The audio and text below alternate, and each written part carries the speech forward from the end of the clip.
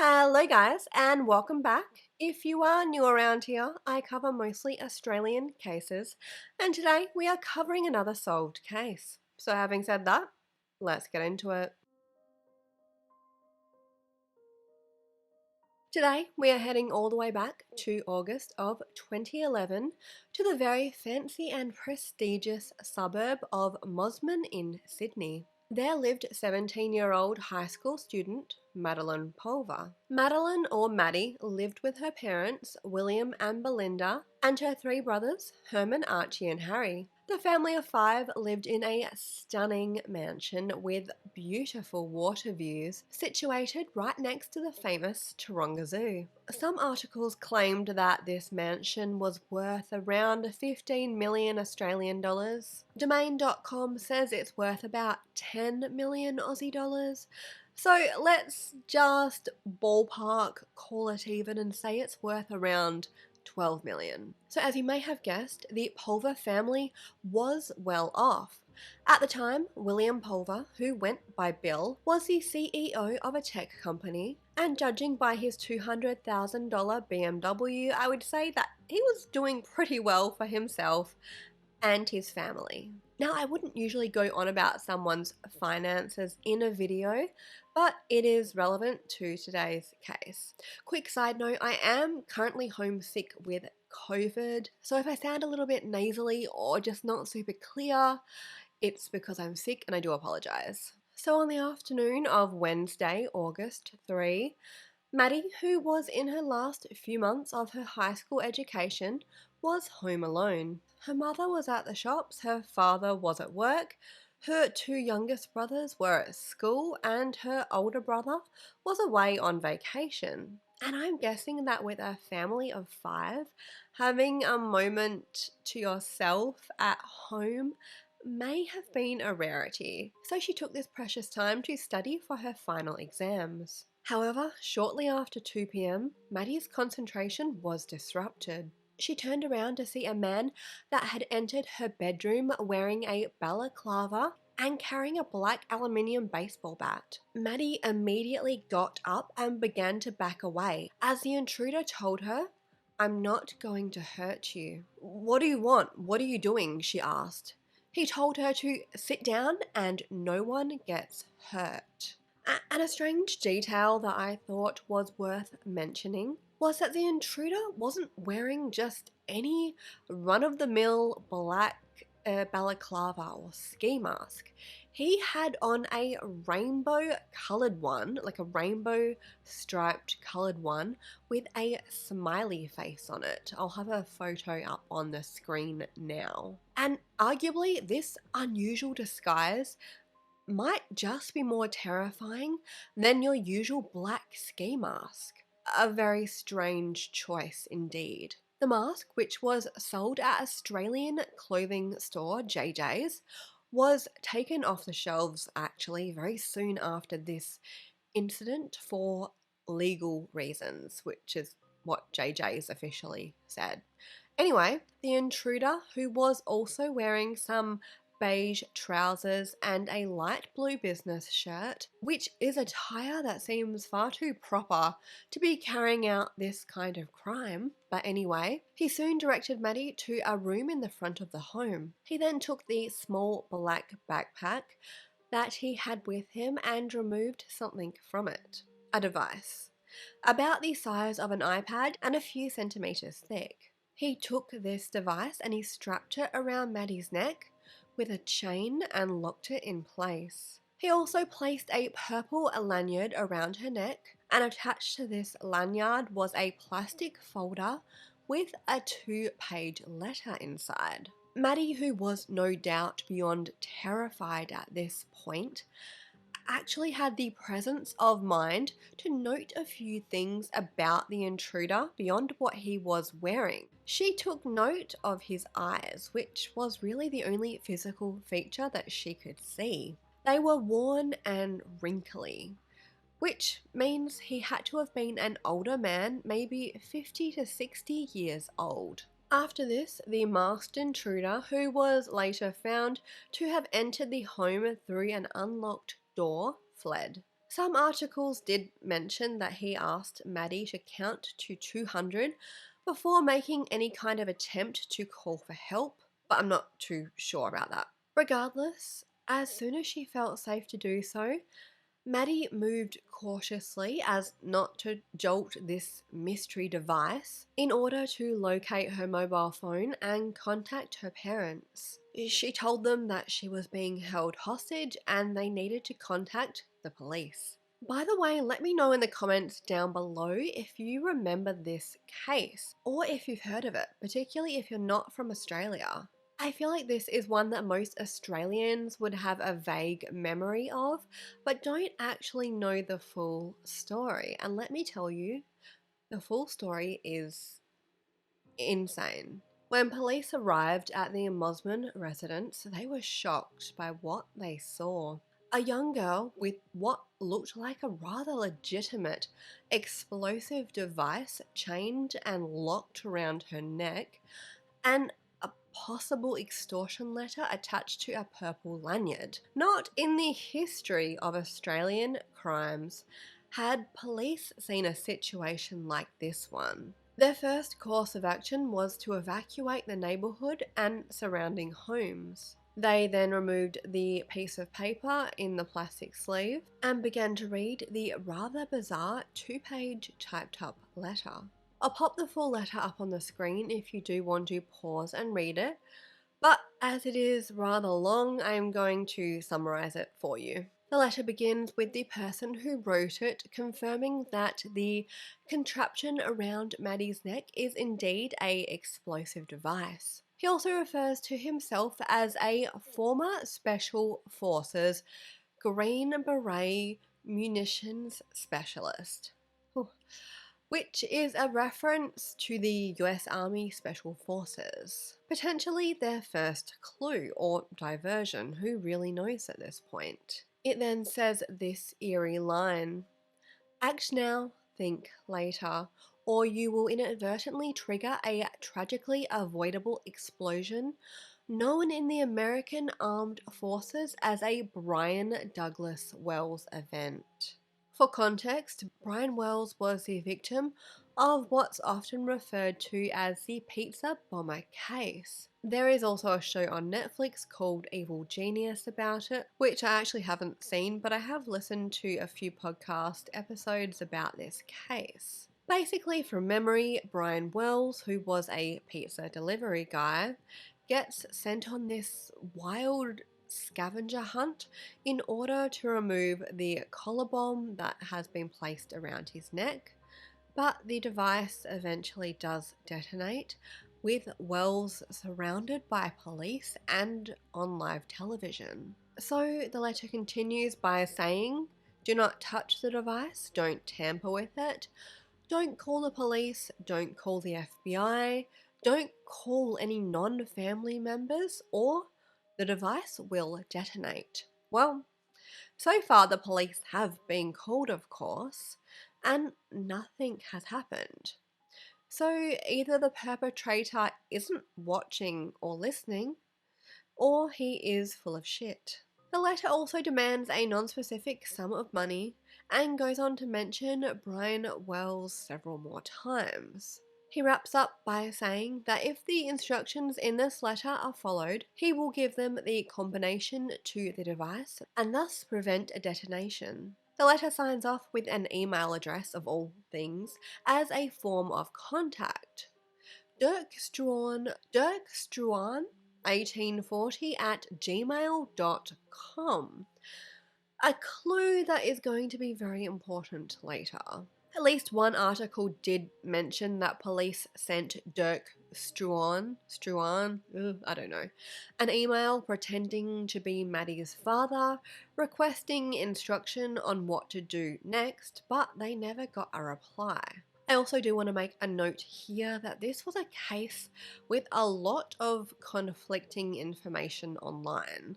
Hence my disclaimer at the beginning. I'm not a journalist, but I have done my best to decipher the most accurate information. So with the evidence of the letter, which was relatively well written and articulated, And based on their initial examination of the device, police thought that there was a fair chance this whole situation was pretty legitimate, including the explosive device strapped to Maddie's neck.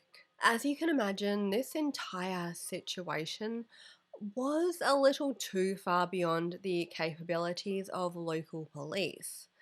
So it wasn't long before they called for backup.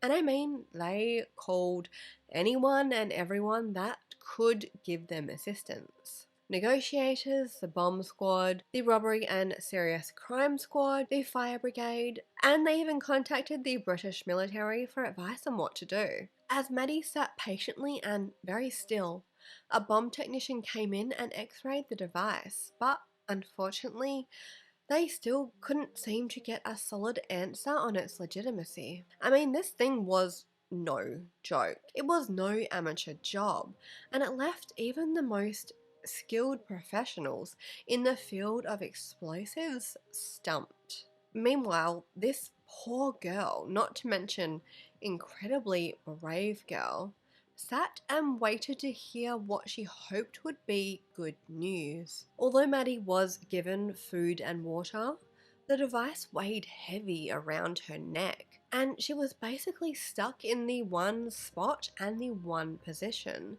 So she grew stiff and sore and eventually cold and tired. She was also unable to make any contact with her parents during this time, who were, for obvious reasons, being kept at a safe distance from the home. However, one brave woman did remain by Maddie's side for several hours, chatting with her, keeping her calm, and keeping her mind off the situation at hand. Constable Karen Loden sat with Maddie without any protective gear on and asked her about school, her friends, her family, anything she could think of basically. Despite Maddie's fears, this support helped keep her poised and calm through this terrifying ordeal. And all the while, Constable Loden, who was a wife and mum of a 2-year-old son, knew full well that at any moment things could go terribly wrong for both herself and Maddie. As all this was going on, the media began to pick up on the story and reported the shocking details as they came to light. Some breaking news tonight. A bomb emergency is unfolding on the North Shore. 10's Jess Feliciani joins us now from Mosman. Jess, what more can you tell us about this situation? There's a tense standoff underway here at Burrawong Ave at Mosman. The bomb squad rushed here at about 2:30 this afternoon following reports an 18-year-old woman had explosives strapped to her. Now, it's also believed there was a ransom note attached to the bomb containing some sort of threat to blow up a home here in the exclusive area. Now, a number of evacuations have taken place. People have been rushed out of the area, and there's also a number of locals that have gathered outside that perimeter wondering just what's happening and watching this unfold. The ambulance and fire crews are standing by just in case the situation escalates. Early reports indicated there was a bomb threat in Mosman and then a bomb threat against a teenage girl. When the media asked the spokesperson if the girl could get away from the explosive device, they responded no. It was quickly assumed that this explosive device had been strapped to the teenager as some sort of extortion attempt, and Mosman being a rich suburb, an extortion attempt kind of made sense. The country and soon the world were watching this unfold live with bated breath. Not to mention, things like this just didn't happen in Australia. Although this story seemed almost unbelievable, some articles mentioning it sounded like a Hollywood movie. But what was happening for the Pulver family was very much real. Finally, 10 hours into this ordeal, it was determined that the device was fake, and at around midnight, they removed it from Maddie's neck. Maddie was wheeled out on a stretcher and taken to hospital for examination, and she was, of course, reunited with her family, her very relieved family, no doubt. Maddie was released at around 3 a.m. and her family reported that she awoke the next day in pretty good spirits, all things considered, although a little sore. And going back to media reports for just one moment, I did find it a little creepy that in the days and weeks following, the media followed the Pulvers, particularly Maddie, who, let's not forget, was a child, and they took photos of her in private settings, like at school, walking her dog, sitting in a car. There's also a photo of her father in pajamas collecting the newspaper. What gets me is that none of these photographs were necessary to report on this story. And of course, I won't be including any of these more invasive photos in this video either. Not to mention, the media named her school and published her full address in articles. And after the ordeal she went through, this was honestly disgusting and irresponsible. Immediately, an investigation began. They spoke to Maddie and her parents, of course. Although the investigation didn't believe the crime had been random, the Pulvers had no idea why they in particular were targeted.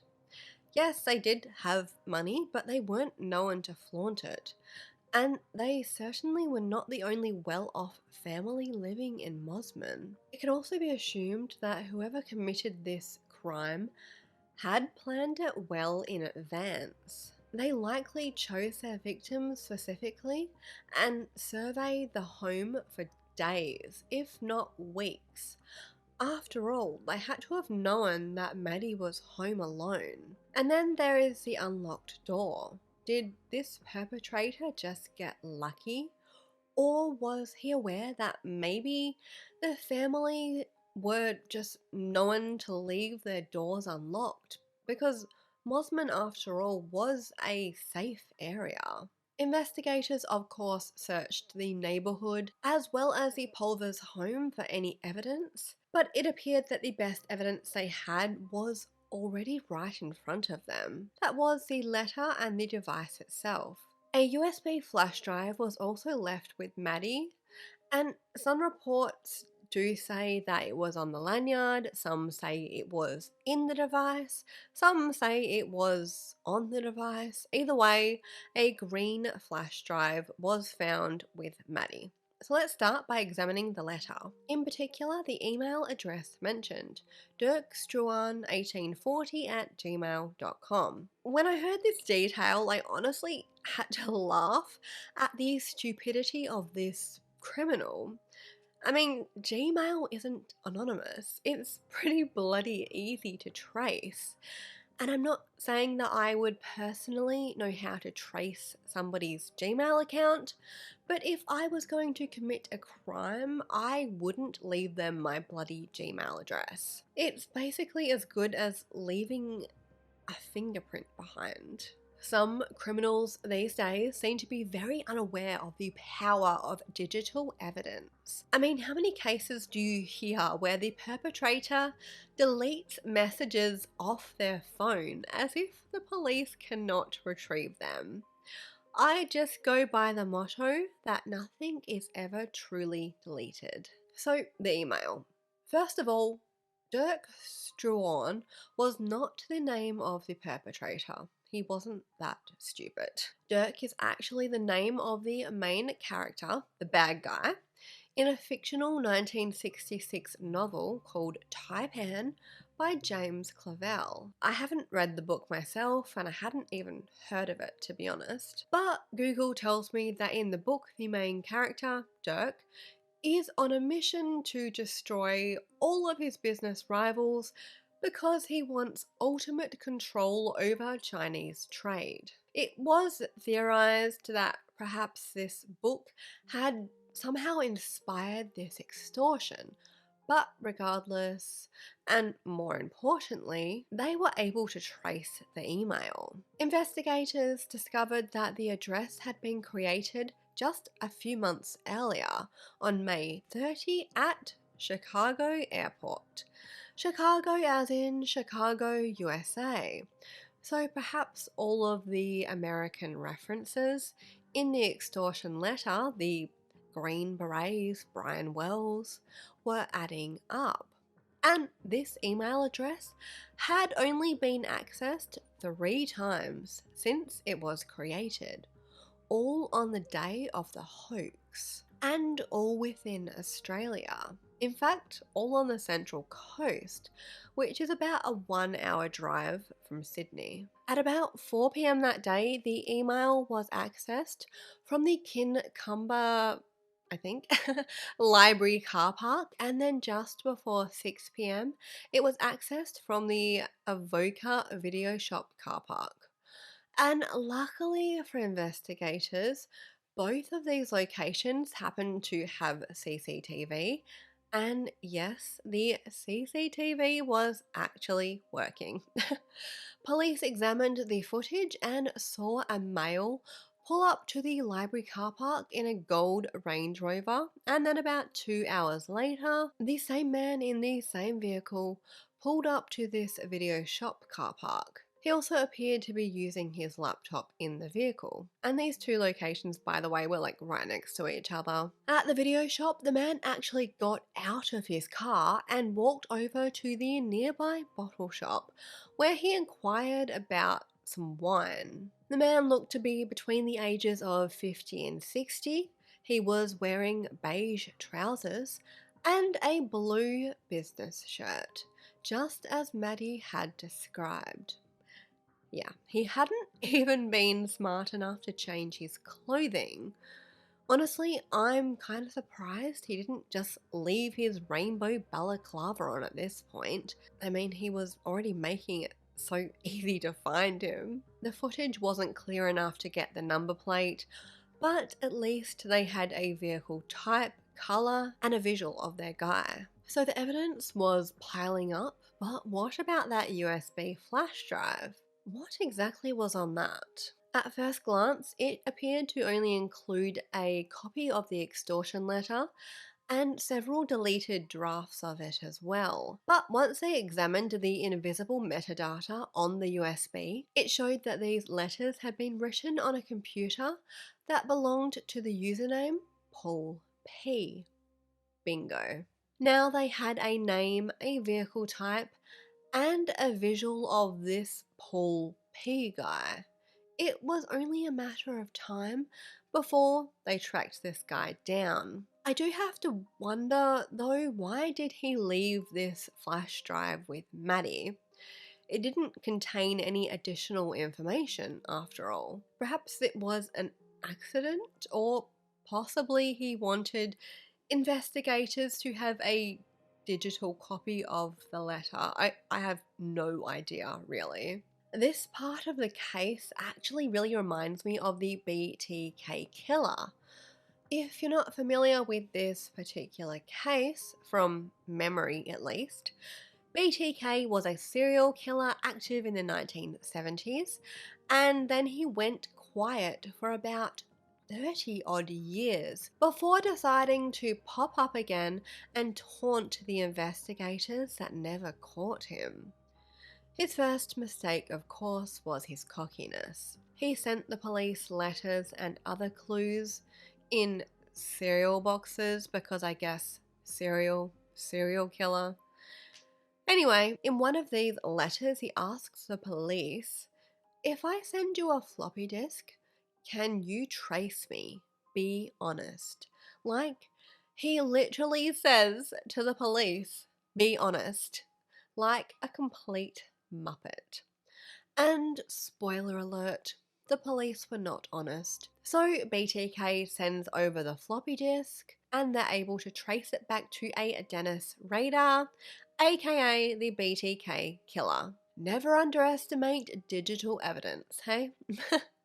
Oh, and a floppy disk, for anyone that is younger, is basically like an old version of a flash drive. Anyway, back to the case at hand. Using the vehicle and the name Paul P., investigators were able to track down a man that lived in the suburb of Copacabana on the Central Coast, a 50-year-old investment banker and amateur fiction writer named Paul Douglas Peters. Paul Peters also very much looked like the man in the CCTV footage. But there was only one teeny tiny little problem. It appeared that Peters had hightailed it out of the country on August 8, 5 days after the extortion attempt, and was hiding out somewhere in Louisville, Kentucky, USA. Of course, this made him look even more guilty. CCTV at Sydney Airport confirmed that Paul Peters had indeed been there and boarded a flight to the US. The last piece of evidence that police gathered was proof that Paul Peters had purchased the items used in the hoax. Bank records showed that he purchased a flash drive and purple lanyard from Officeworks on July 4, and CCTV from July 16 showed him purchasing a black baseball bat and the infamous rainbow balaclava from JJ's. Because buying a ski mask and a baseball bat in the same shopping trip isn't suspicious at all. So why Louisville, you may be wondering? Besides the fact that probably nobody is going to go looking for a wanted Australian man in Louisville, it turns out that Peters' ex-wife, Deborah Lee Peters, actually lived there with their 3 daughters. The couple had divorced back in 2007, but had remained friends. And can we also touch on the fact that he had 3 daughters, yet was still able to do what he did to Maddie Pulver? I don't get that.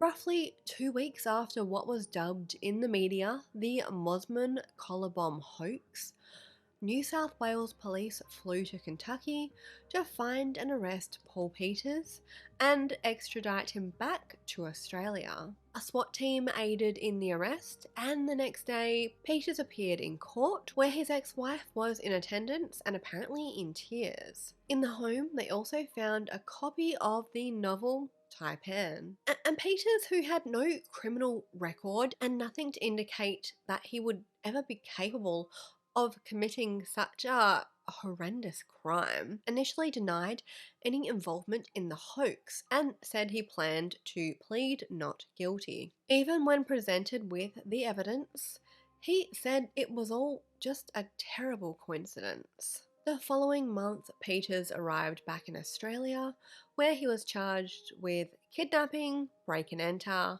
and demanding property with intent to steal. The following year, in 2012, in a surprise turn of events, Paul Peters pled guilty, saving the Pulver family, particularly Maddie, the pain and anguish of a drawn-out trial. During court proceedings, Peters claimed that he actually had no recollection of committing the crime. He said that he remembered being in the Pulvers neighbourhood, and then his next memory was being at home. Peters also stated that he believed that he had become a character from a novel that he was writing during this blackout, and maybe that is why he committed this hoax. But the problem with this explanation is his crimes were clearly not committed on a whim or during some sort of psychological breakdown. It required months of planning, and evidence showed that he purchased several of the items at least a month in advance. And as I said, the device itself would have taken some time to put together. If it was even Peters that made this device, there's still doubt to this day over who actually made it.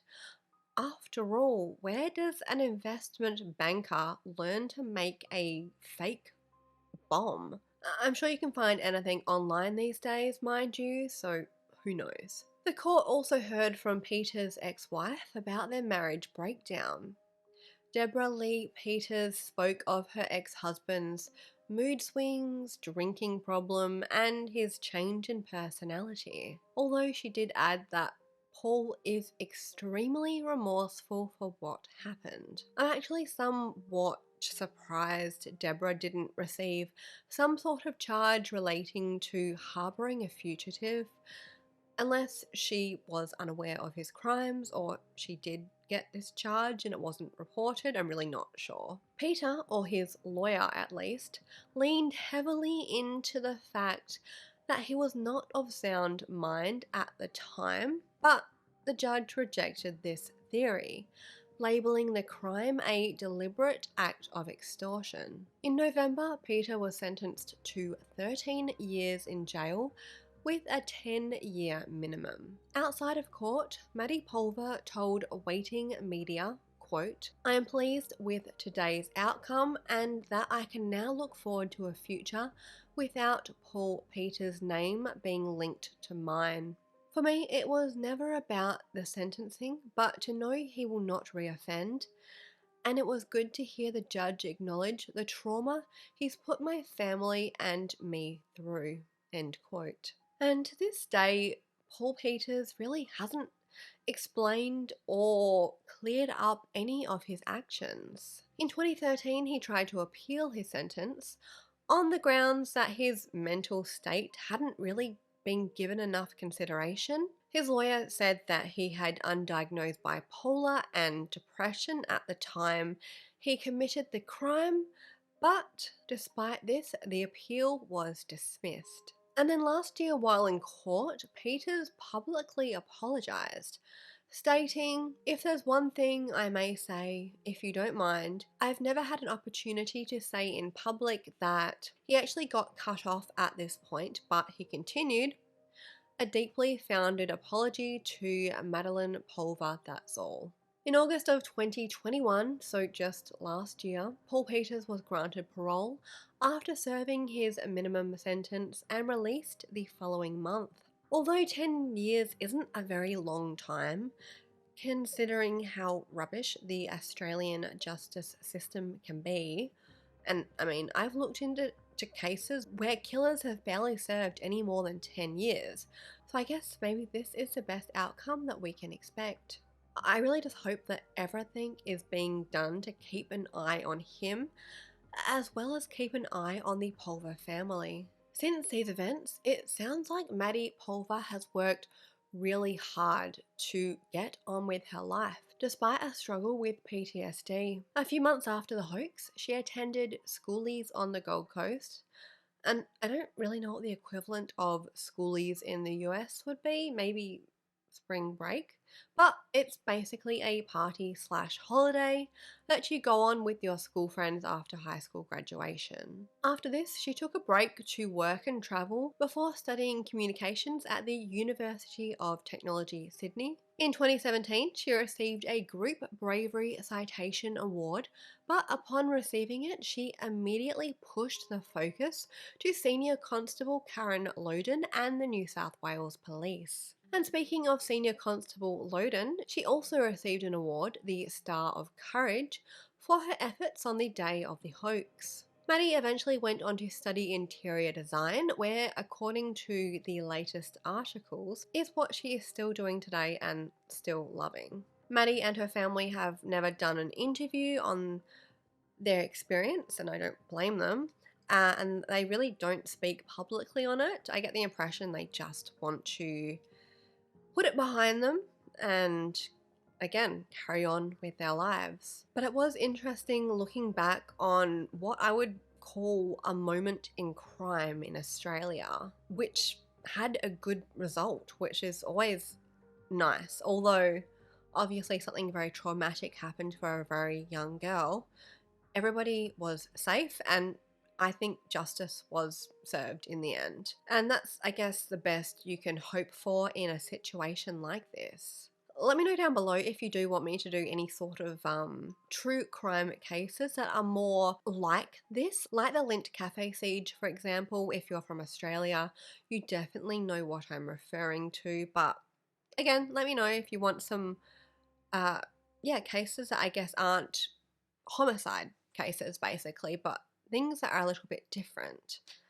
but still definitely true crime. So I do feel as though this case that we just discussed has a lot of unanswered questions, but in the end, I don't want to focus on the perpetrator. I want to focus on Maddie and her bravery, of course, and Senior Constable Loden, who on that day showed selflessness beyond belief. And of course, all the police, everyone that was there that day. Anyway, I look forward to hearing your thoughts on this one. It was definitely an interesting one I didn't actually know the full story on or how it concluded. Anyway, until next time, stay vigilant and stay safe.